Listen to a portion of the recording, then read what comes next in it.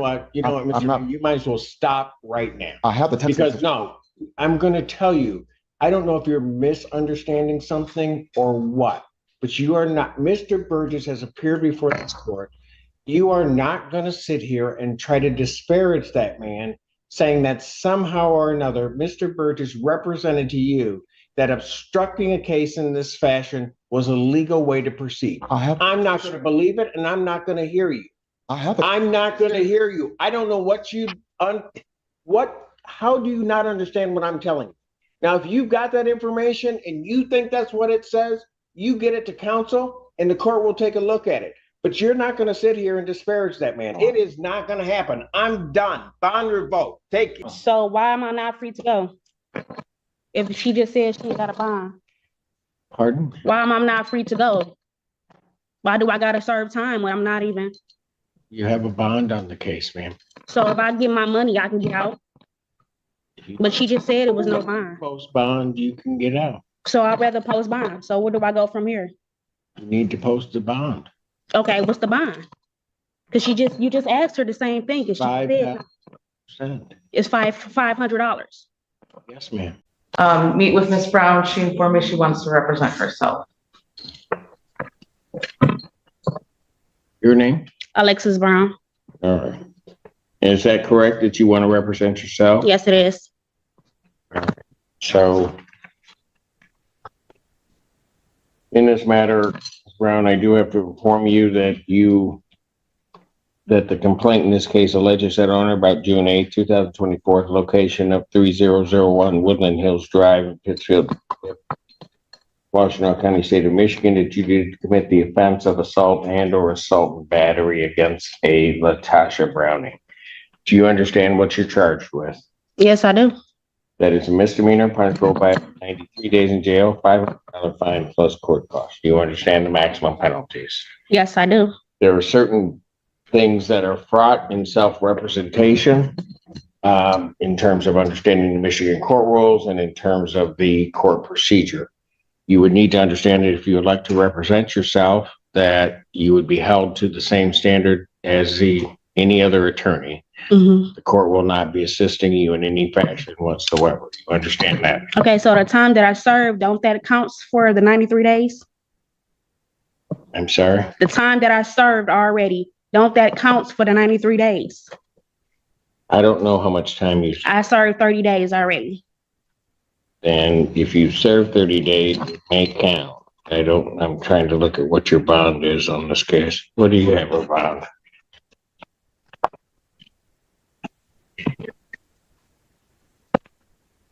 And then no contact with the victim's loan. And the monetary amount?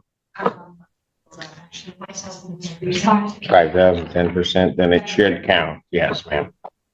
And so I have a question. So when I was arrested, I wasn't actually told my rights. So ain't that against the law that you wasn't told your rights when you arrested me? Well, not you, but the officer. I cannot. You can't do nothing about it right now? All right, I just want to state that.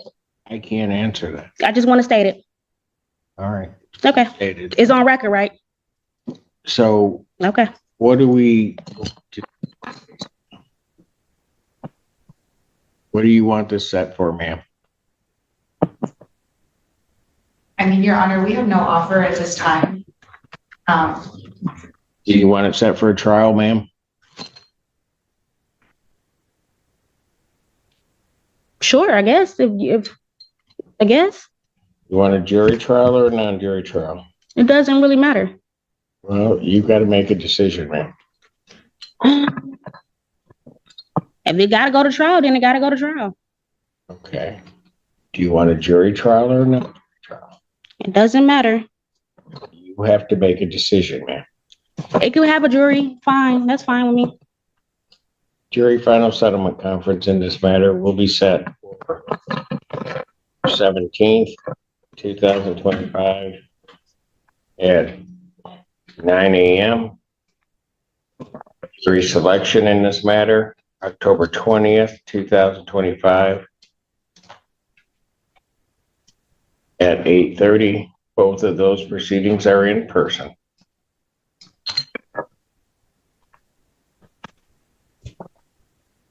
Thank you. So am I free to go? So why am I not free to go? If she just said she got a bond, Pardon? why am I not free to go? Why do I gotta serve time when I'm not even? You have a bond on the case, ma'am. So if I get my money, I can get out.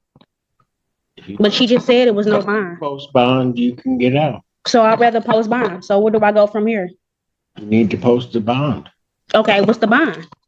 Because you just asked her the same thing. Because she said 5%. it's $500. Yes, ma'am. Okay, so I'd rather post bond. Where do I go from there? And you can go post bond. Okay, thank you.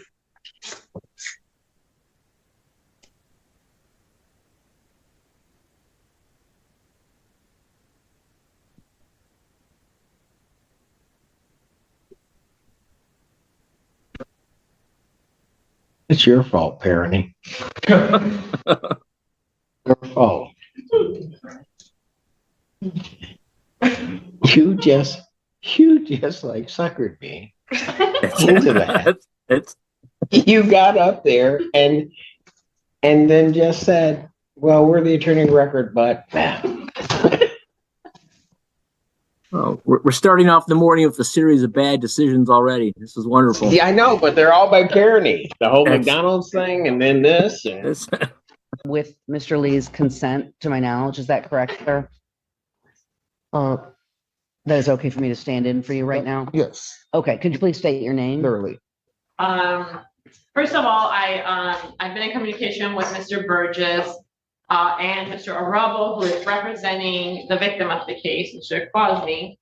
Apparently, Mr. Lee called Mr. Arabo and offered to, in exchange, there's a pending case where Mr. Quasny is the defendant of an AMB against Mr. Lee. Quasny agreed not to testify in this case.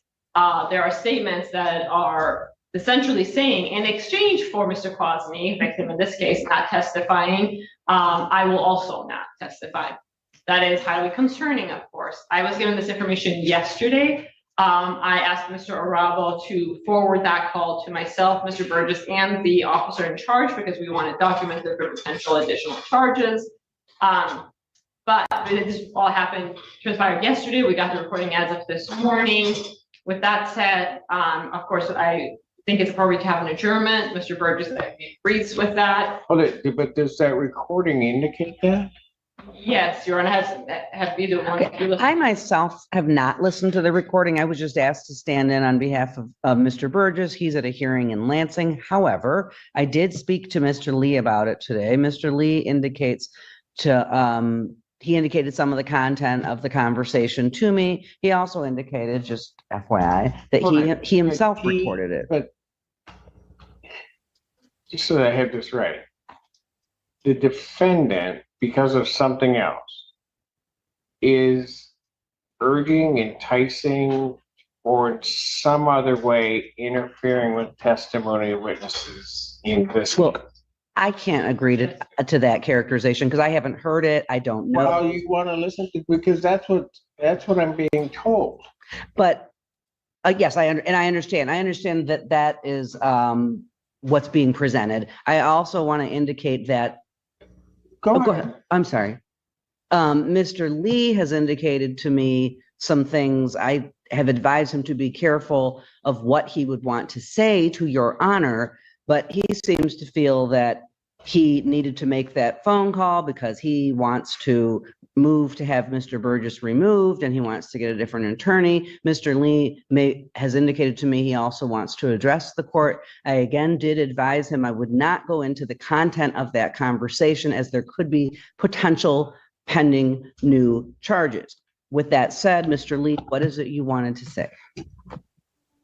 Yes, Judge, I indicated to, what's your name? Mary Rubio, Ms. Rubio. To Ms. Rubio that for a little bit over a month, I contacted my attorney, Mr. Burgess, and I instructed him to contact the lawyers offer a plea or to negotiate some sort of settlement. And he indicated that he would do that he indicated that he had done that. He indicated that he had reached out to Mr. Arabo and the prosecutor regarding making some sort of plea agreement.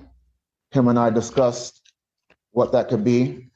And so now, fast forward, yesterday, I contacted Mr. Burgess and I said, hey, have you reached out or have you heard anything from Mr. Arabo and the prosecutor? He said, and he indicated that he had not heard anything and that he had reached out to both attorneys multiple times. I knew that to be a lie. I suspected that to be a lie. I don't know. Are you a lawyer?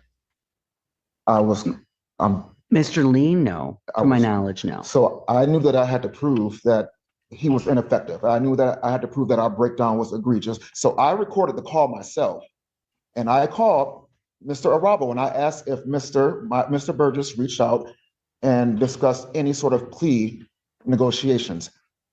Mr. Arabo said, no, sir. He had not had any communications with my attorney. So I confirmed with Mr. Arabo that he had not received any communications about any kind of negotiations with any kind of plea agreements on my behalf. I'm so sorry to have Mr. Lee before he makes more statements. And I did record the, That are false to this. I recorded the call. Criminalizing himself. I recorded the call. In his best interest, he might want to listen to this call before he makes any further statements. In the call that was sent to us, there is indication, there's no discussion of a plea, not what was sent to me. That was recorded by Mr. Arabo. There's very clear that there will be no testimony in his case if Mr. Consley agrees not to testify in this case. So I have the text messages. Further false statements are made to the court, which is not necessarily a problem for me, but I want to make sure that Mr. Lee's rights are preserved. I have the text He messages. might want to listen. You don't know what? That's the third time you've done it. You're gone. Mr. Allen, take him. You better get Mr. Burgess down here because I want to hear those calls because if he's interfered with it, that's going to be a whole other issue. I will try to reach him, but I know he is in Lansing, so I'm not certain. Well, even if he, You don't want to threaten that defendant with a good time. Having Mr. Allen take him away is exactly what he was hoping for. appears, but has Mr. Burgess heard the calls? I don't know, Your Honor. They were sent this morning and we received them this morning. Mr. Arabo can also be available. All right. Okay. I'm just letting you know that what I'm hearing is extremely disturbing. I completely understand that, Your And Honor. so I'm gonna give an opportunity for the defense to give me some explanation, but I'm inclined at this point, I'm gonna hold him in custody. I'm inclined at this point to revoke his bond. I understand. Okay? Okay. All right. Thank you, Your Honor. Good afternoon, Your Honor. May it please this honorable court, Joseph Arabo on behalf of Stephen Quasney. And I'm presuming everybody except the court has heard the phone call. What I heard was the recording the prosecutor gave me, which appears to be a less than 2-minute portion of a phone call. I think she would agree it's not an entire phone call. That's correct, Your Honor. It's what Mr. Arabo sent me, as well as Mr. Burgess, and law enforcement as this morning. All right. And that portion of the phone call, as the court is to understand, is basically this defendant speaking with, is it directly with the victim in this case? No. That is how I would characterize it, Your Honor. If Mr. Arabo has additional information or different information, he's welcome to. Yes. Mr. Arabo. Yeah, what this was, which is an attempt to extort and use this other case that he filed against the victim in this matter to use as leverage to have this conversation at a future point in time. I was quick enough to get on my computer and record it, so that the court is aware of what's going on in the matter where I represent Mr. Quasney, who's the victim in this matter, which is the first matter before the court. Your Honor, if I may, I really object to that characterization that it was an attempt to extort. I've spoken to Mr. Lee at length about the purpose of the phone call. I also listened to the portion of the phone call. Perhaps the court could listen to it. I do not believe that was what was happening at all. And plus, I don't think there was nothing on there that indicated he was trying to extort this attorney or the complaining witness. Frankly, what Mr. Lee has alleged to me is that he and Mr. Burgess have basically had a breakdown of communication, that he's spoken to Mr. Burgess multiple times, asking him to advocate on his behalf to the prosecutor as well as to this other attorney to try to come up with what he has called, not being a lawyer, using the words a settlement agreement or a plea negotiation. That's what he said to me. And that he had the feeling that Mr. Burgess had not, in fact, made this phone call. So he then called this attorney, and right in the phone call, Because it would have been unethical for Mr. Burgess to call to try to say my client won't testify in this other matter. Of course. If that, right? That's Well, what Mr. Burgess may not have done. and that may very well be, but Mr. Lee indicates that, and I haven't seen these, he indicates that he has text messages back and forth with Mr. Burgess, and that Mr. Burgess, quote, lied to him about whether or not he made these phone calls. So he indicates the main reason that he wanted to call. That would be irrelevant. I know that, but Judge, trust me, I know that, but I just wanted Your Honor, to if I make may. a record. What, can I just finish though? Let her finish. Mr. Lee Sure. indicated the main purpose of the phone call was for him to find out whether this attorney could verify whether Mr. Burgess called him. If you listen to the call, the portion of this call, it's literally on there. He says, it starts out with him saying something about plea agreements. The call, it's interrupted. And I believe because counsel didn't realize he was going to need to record this. But anyway, it starts out with him, Mr. Lee, saying something about plea agreement, settlement agreement. Was there any, did Mr. Burgess call you to try to, see if maybe if I wouldn't testify and then your client wouldn't testify? Yes, he says that. But then he goes on to say, because my lawyer said he called you, and then this attorney confirms what Mr. Lee was trying to find out. And this attorney says, no. You see how easy it was to reach me. I didn't talk to anybody named Burgess. That's what he says. So I'm just indicating that Mr. Lee states that was the main purpose of his call, because he claimed today, and tell Your Honor that he did not want to have Mr. Burgess represent him anymore because he feels Mr. Burgess is lying to him. I'm just representing to you what Mr. Lee. Something. Thank you. Mr. Arabo, it's my turn. One moment. Because she's there and I'm not. I don't really, quite frankly, care what's going on with the client relationship with Mr. Burgess, or claims Mr. Arabo's making about extortion. That's not something that people are going to get involved in at this stage. What I'm concerned about is there is a clear difference between a plea negotiation and the being Mr. Lee, the one being Mr. Quasi, not testifying in exchange for something. And I agree that the court should just listen to the call rather than us going around calling it different things. What's clear to me is that there is an offer to not testify in exchange for Mr. Quasi not testifying in this case before this court. That is what I'm hearing on that call. That is what's concerning to people, and that's what may bring future charges. We're in the early stages. This needs to go to law enforcement. It has gone to law enforcement now, and we can follow. Your Honor, as you know, I'm a defense attorney. I think Ms. Rubio is really grasping at straws here to try to help her client. But here's what it is. It's not a plea. We heard her say plea. A plea means a reduction to something other than what he's being charged with, not a dismissal, which is clearly being indicated in this. Second, what's happened here is you could see clearly there has been a subsequent case filed. I don't know how this slipped between the cards, because in over 10 years of practicing, I've never seen something like this, where a victim turns into a defendant during a pending case. Never seen anything like this. So Mr. Lee has done this intentionally so that he can one day use it as leverage to contact me or have somebody else contact me or whoever is representing Mr. Quasny, so that he could use it as a negotiation tactic. And what he's engaged in is third-party communication to get through to Mr. Quasny in violation of his bond. That's number one. He's got a no contact order. Second, this is witness tampering. You don't want to call it extortion. Let's find something else. It is witness tampering. He's trying to tamper with Mr. Quasny using the leverage that he created. And I don't know how the prosecutor's office allowed this to happen.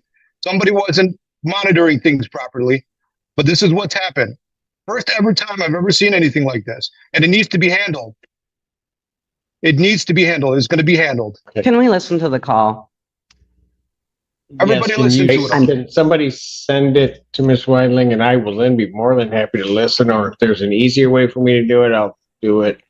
Let's take the defendant back and Okay. or to listen to the call. You have to go back. I'll handle that coming back out. I think Miss Atkins, so bring me that. Court's gonna stand in recess. Everybody can bring. Pardon? Yeah. The issue is in this case that, first of all, we're adjourning the hearing over. I believe we are. That was what I thought we were doing in the beginning. Well, it's got to stay before me. So, I know Mr. Burgess is already going to be here on July 1st. I just wanted to put that out there. yes, but I'm not on the, Oh, I'm on the bench, but I'm not doing these. okay.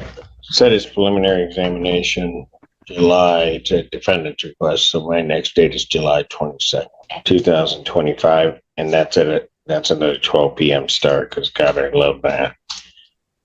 All right. With reference to bond in this case, I've listened to the recording. I'm not going to say there's an over exaggeration or an under exaggeration. I mean, I think it's relatively clear when somebody's very clearly points out an exchange or quid pro quo regarding me not testifying and this other person not testifying, and that is the exchange.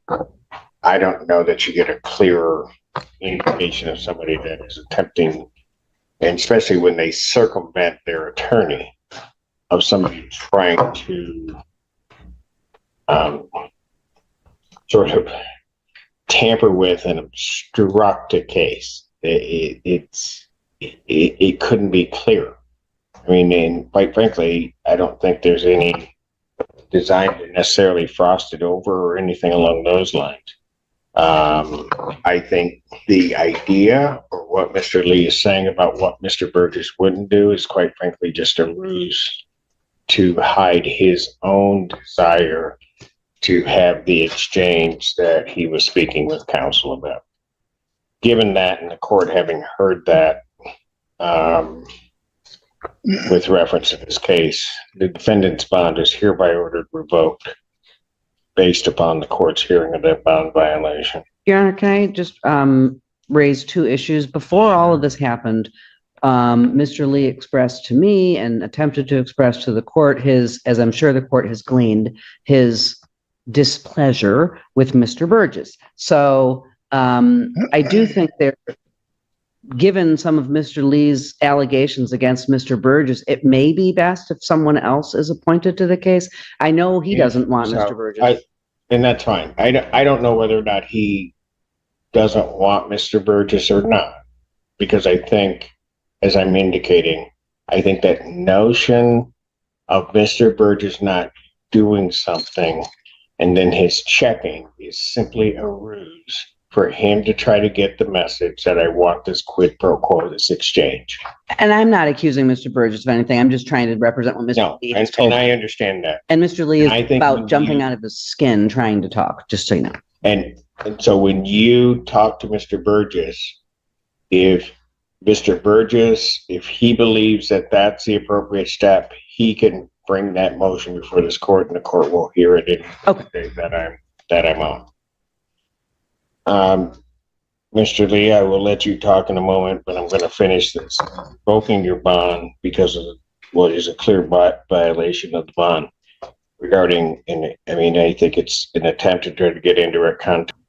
The thing that my substitute attorney here didn't convey to you was that I told her that I have the evidence with me in hand, that my attorney, Mr. Burgess, was the one that actually said that this was a legal way that we can go about it.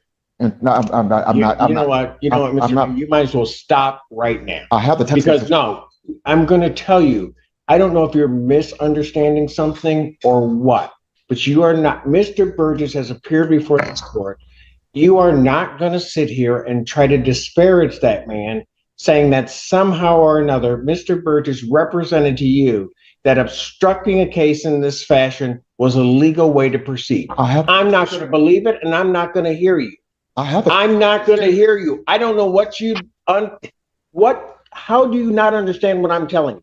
Now, if you've got that information and you think that's what it says, you get it to counsel and the court will take a look at it. But you're not going to sit here and disparage that man. It is not going to happen. I'm done. Bond revoked. Take it. This hearing highlights two very different legal issues.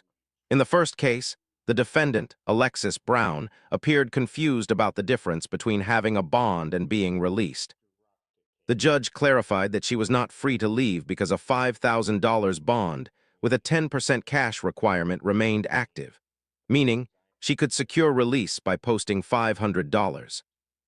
Brown also chose to represent herself, and the judge properly warned her that self-representation requires following the same legal standards as a licensed attorney. When Brown raised concerns about not being read her rights during arrest, the judge correctly declined to rule on the issue at that moment, because such claims generally require separate legal arguments and factual review. Overall, the court focused on ensuring she understood the charges, potential penalties, and consequences of waiving counsel. The second case involving Larry Lee became far more serious because it raised potential witness tampering concerns. Prosecutors argued that Lee attempted to arrange an agreement where he would not testify in another case if the alleged victim in his criminal case also agreed not to testify.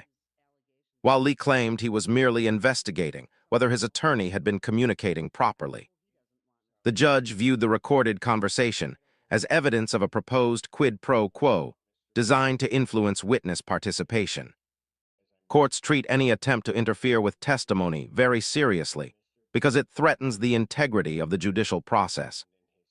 After listening to the recording, the judge concluded that Lee had likely violated bond conditions and attempted to obstruct the proceedings, leading to the revocation of his bond and the imposition of stricter no-contact restrictions. The hearing demonstrates how actions taken outside the courtroom, especially communications involving witnesses or victims, can quickly create additional legal jeopardy and significantly worsen a defendant's position.